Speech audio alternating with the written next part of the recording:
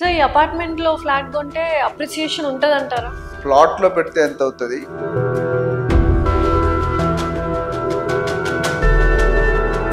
ఇలా కాకుండా commercial space కొంటే ఎంత? కమర్షియల్ స్పేస్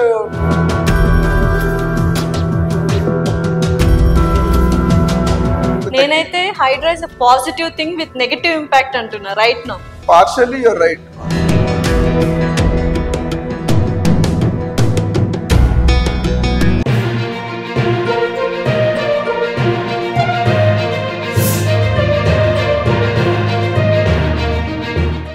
సో ఈ అపార్ట్మెంట్ లో ఫ్లాట్ కొంటే అప్రిసియేషన్ ఉంటదంటారా? మీరు అన్నట్టు ల్యాండ్ వాల్యూ పెరుగుతోంది, సో అప్పుడు ల్యాండ్ వాల్యూ ఇంక్రీజ్ అవుతుంది కాబట్టి ఫ్లాట్ అంటే కూడా we have space, so increase అవుతుందా డిక్రీజ్? దీని మీద ఒక వీడియో చేసామండి. ప్లాట్ లో పెడితే ఎంత అవుతుంది, ఫ్లాట్ లో పెడితే విల్లాలో పెడితే ఎంత అవుతుంది, ఫ్లాట్ లో పెడితే ఎంత అవుతుంది. మూడు డిఫరెంట్ రేంజెస్, అన్ని అప్రిషియేట్ అవుతాయి. ప్లాట్ అనేది ప్యూర్ ల్యాండ్, అందుకని వర్జిన్ ల్యాండ్ అంటారు. First hand second hand plot అని ఎవరైనా ఉన్నారా? ఉండదు. రీసేల్ వాల్యూ అంటాం కానీ రీసేల్ ఫ్లాట్ అంటాం కానీ రీసేల్ సెకండ్ హ్యాండ్ ఫ్లాట్ అవును. ఎందుకు నోబడీ ఈజ్ యూజ్డ్. అది పడుకున్నప్పుడు కూడా ఆస్తి పెరిగేది రియల్ ఎస్టేట్. విల్లాకి వచ్చేసరికి ఏంటంటే హాఫ్ ల్యాండ్ కాస్ట్ వస్తే హాఫ్ కన్స్ట్రక్షన్ కాస్ట్ వస్తుంది. ఫ్లాట్కి వచ్చేసరికి ల్యాండ్ కాస్ట్ తగ్గిపోతుంది, కన్స్ట్రక్షన్ కాస్ట్ ఎక్కువ అవుతుంది. ఎందుకంటే మీరు హై రేజ్ కొనుక్కుంటే 10, 15, 20 గజాలు వస్తుంది. UDS అంటారు, undivided share value of land. So flat అనేది డబుల్ అవడానికి అనాలిసిస్ ప్రకారం 12-13 సంవత్సరాలు పడుతుంది వాల్యూ డబుల్ అవడానికి. And after 15 years the value deteriorates. Independent villa చూసుకుంటే ఫ్లాట్ మీద బెటర్, ఇది ఒక 8-10 years అవుతుంది. అదే ప్లాట్ కొనుక్కుంటే ఇప్పుడున్న పరిస్థితిలో 4 to 5 years డబుల్ అవుతుంది. అంటే బిల్డర్స్ 1-2 years అంటారు కానీ అది కాదు, 4 to 5 years డబుల్ అవుతుంది. లాస్ట్ 10 years ఇక్కడ ఎస్పెషల్లీ కేసీఆర్ గారు వచ్చిన తర్వాత రియల్ ఎస్టేట్ భూమి బాగా పెరిగింది. సో ఇవన్నీ కాకుండా ఫ్లాట్, ప్లాట్, విల్లా కాకుండా కమర్షియల్ స్పేస్ కొంటే ఎంత విత్ ఇన్ హైదరాబాద్ లో? కమర్షియల్ స్పేస్ దానికి కొన్ని అడ్వాంటేజెస్, డిసడ్వాంటేజ్. డెఫినెట్ గా రెసిడెన్షియల్ మీద రిటర్న్స్ ఎక్కువ ఉంటాయి. ఓకే. ఇప్పుడు రెసిడెన్షియల్ మీరు ఇల్లు కొని రెంట్కి ఇచ్చారనుకోండి, ఒక ₹1,00,00,000 ఫ్లాట్ కొనుక్కొని మీరు rent, second flat first already మీరు ఉంటున్నారు, డబ్బులు ఉన్నాయి, ఇంకో 2 కొనుక్కున్నారు, రెంట్కి ఇస్తారు. ₹1,00,00,000 కొంటే 20,000, 25,000 రెంట్ వస్తుంది. అంటే సంవత్సరానికి 3% మాక్సిమం. కమర్షియల్ స్పేస్ కమర్షియల్ లో మీకు 6 to 8% వస్తుంది. కానీ సైజ్ ఆఫ్ ది ప్లాట్ కానీ ప్రాపర్టీ కానీ ఎక్కువ ఉంటుంది. రీటైల్ ప్రాపర్టీ మీరు రోడ్ సైడ్ ఉన్నారు, జూబ్లీహిల్స్ రోడ్ 36 కానీ అంతే, అడుక్కి ₹200-300 రెంట్ ఇస్తారు ఒక square feet, not even tile. But returns ఎక్కువ వస్తాయి కమర్షియల్. అదే, బట్ అక్కడ రిస్క్ కూడా ఉంది. ఇప్పుడు ప్లాట్ కొనుక్కుంటే 20 లక్షలు కొనుక్కోవాలి, మీరు కమర్షియల్ బిల్డింగ్ కొనాలంటే కోట్లలో ఉండాలి.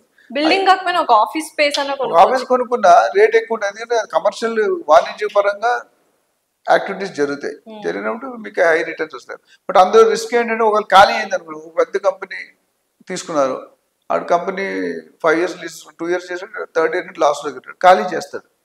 అది రెంట్ రాకపోతే పవర్ కట్టుకోవాలి, మీరే వాటర్ బిల్ కట్టుకోవాలి, మెయింటెనెన్స్ మీరే కట్టుకోవాలి, టెనెంట్ రాడు. సో ప్రతి దానికి కూడా ప్రోస్ అండ్ కాన్స్ రెండు ఉంటాయి. ప్లాట్ అనుకోండి మీకు రిస్క్ ఉంది, ఎక్కడైనా బయట కొనుక్కుని ఇండిపెండెంట్ ప్లాట్ కొనుక్కుంటే ఎవరైనా కబ్జా చేస్తారు. అందుకని గేటెడ్ కమిటీలు కొనుక్కోమని చెప్తాను. గేటెడ్ కొనుక్కుంటూ కొద్ది సెక్యూరిటీ. మాకు రియల్ టాక్స్ లో ఇన్వెస్ట్మెంట్ అడ్వైజర్లు ఏం చెప్తామంటే 4-5 పాయింట్లు చూసుకుంటాం. First safety, security, third builder reputation, fourth implementation of the project, builder కడతాడా లేదా, 5th మోస్ట్ ఇంపార్టెంట్ అప్రిషియేషన్. ఈ 5 నేను ఏ ప్రాజెక్ట్ సజెస్ట్ చేసినా రేరా, డిటిసిపి, హెచ్ఎండి లేకుండా అసలు నేను టచ్ చేయను. So compulsory RERA, DTCP and HMD. దీంతో పాటు EC, legal opinion, link documents compulsory ఉండాలండి. లేకుండా మాత్రం ఇప్పుడైతే చేరి జనాలకి చాలా వరకు కరోనా కొన్ని నేర్చుకుంటే ఈ హైడ్రా తర్వాత కొన్ని నేర్చుకున్నాము. హైడ్రా ఇస్ పాజిటివ్ ఇంపాక్ట్, దానివల్ల నెగిటివ్ కొద్దిగా ఉన్నా కరెక్షన్స్ చేసుకోవాలి. ఆ ఇంపాక్ట్ అనేది నేనైతే Hydraa is a positive thing with negative impact అంటున్నా రైట్ నౌ. ఏమంటారు? అంటే కొంతవరకు పార్షియల్లీ యువర్ రైట్. ఇప్పుడు యాక్షన్ తీసుకోకపోతే తర్వాత చెరువులే ఉండవు, అప్పుడు ఏం చేస్తారు? నీళ్ళు ఎక్కడ తెస్తారు? నీళ్ళు కూడా ఇంపోర్ట్ చేసుకుంటాం మనం. సిస్టమ్ నరేంద్ర మోడీ గారు కంట్రీలో లేకపోతే కంట్రీ ఆగిపోతుందా? System will run. సీఎం గారు కంట్రీ అవుట్ ఆఫ్ కంట్రీ వెళ్ళారు, స్టేట్ ఆగిపోయింది, బికాస్ సిస్టమ్ ఈజ్ బిల్డ్. ఇక్కడ సిస్టమ్ మన థైలాండ్ వెళ్ళినట్టు అబ్జర్వ్ చేశాను, ఒక్క కార్ రోడ్ కూడా హార్న్ కొట్టుంటాడు, నో హార్న్. నేను 200-300 kilometers ట్రావెల్ చేశాను, నో బడి అంటే లైన్ ఒకదాని వెనకాల 10 feet గ్యాప్ ఇచ్చి హార్న్ కొడితే ఎదుటోడు ఏదో తప్పు చేస్తున్నట్టు మనం తిట్టినట్టు, అంతే క్రైమ్, పెనాల్టీ. అంతే. మన దాన్ని ఒక్క సెకండ్ ఆగితే కుడుతుంది. హైలైట్ ఏంటంటే గ్రీన్ సిగ్నల్ పడితే ఇంకా కొడతనే ఉంటారు.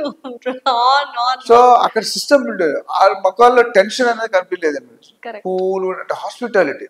Yes sir, what can I do for you, క్యా కర్ సక్తే. ఎస్. ఆ సిస్టమ్ అనేది మనకు రావాలి. మన కల్చర్లో డబ్బులు సంపాదిస్తున్నాం కానీ కొన్ని వాటిలో ఇంప్రూవ్ కావాలి. అది గవర్నమెంట్ సైడ్ కూడా స్ట్రిక్ట్ కండిషన్స్ ఉండాలి. అది ఇంప్లిమెంట్ చేసుకుంటే మాత్రం డెఫినెట్గా ఉంటుంది. ఇంపాక్ట్ అనేది ఇప్పుడు మిక్స్డ్, మీరు అన్నట్టు నెగిటివ్ పాజిటివ్ ఉంది. బట్ కరెక్షన్స్ చేస్తుంటారు. ఈ కామన్ పబ్లిక్ని ఎలా ప్రొటెక్ట్ చేయాలి వాళ్ళ మైండ్లో కూడా ఆలోచన జరుగుతుంది. Wait and see watts.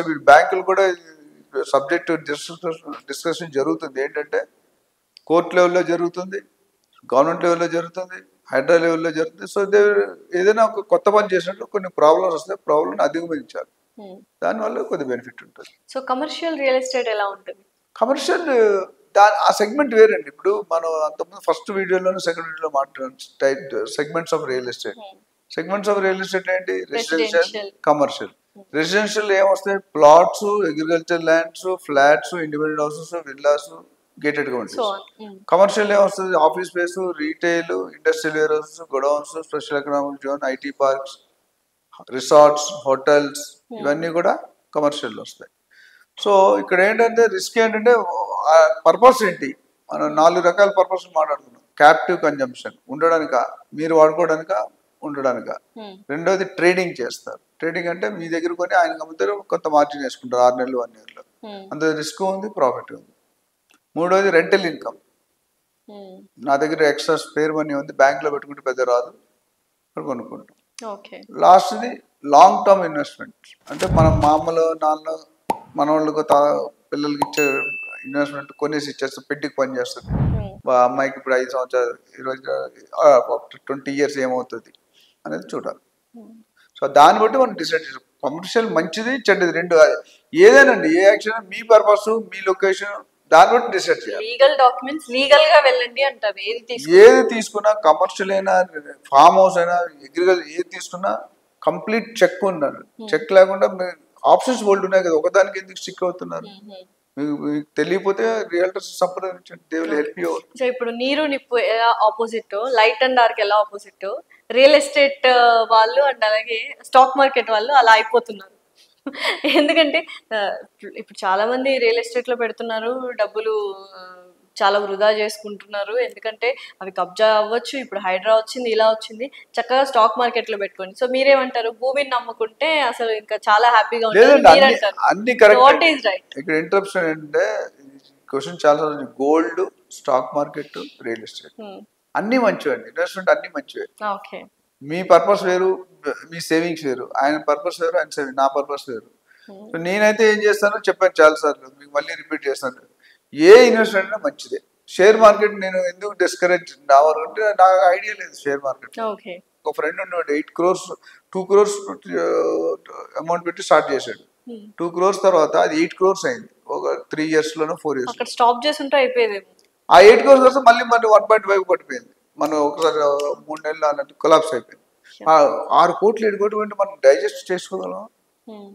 So risk factor అంటే ప్రాఫిట్ ఎక్కడ ఉందో, ఇండియాలో బిగ్గెస్ట్ రిస్క్ ఏంటి తెలుసా?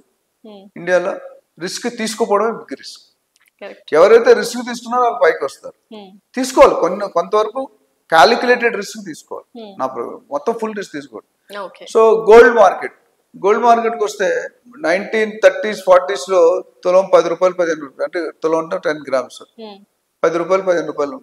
మా గ్రాండ్ మదర్ చెప్పారు, మా ఫాదర్ వాళ్ళు నెత్తన్న 5 రోజులు ఉంటే గోల్డ్ కాయిన్స్ తో ఆడేవారు, గోల్డ్ పంతలు. అప్పుడు ఎంత 10 రూపాయలు, అంటే అప్పుడు 10 రూపాయలు. అది అలా పోయి 1993లో 4500 అయింది 24 carat. 2012లో 28,000 అయింది 24 carat. తర్వాత కరోనాలో 50-55లో ఉంది. మొన్న 75 దాకా వెళ్ళింది. మళ్ళీ ఇప్పుడు గ్రోత్ చూసుకుంటే డౌన్ఫాల్ తక్కువ ఉంది.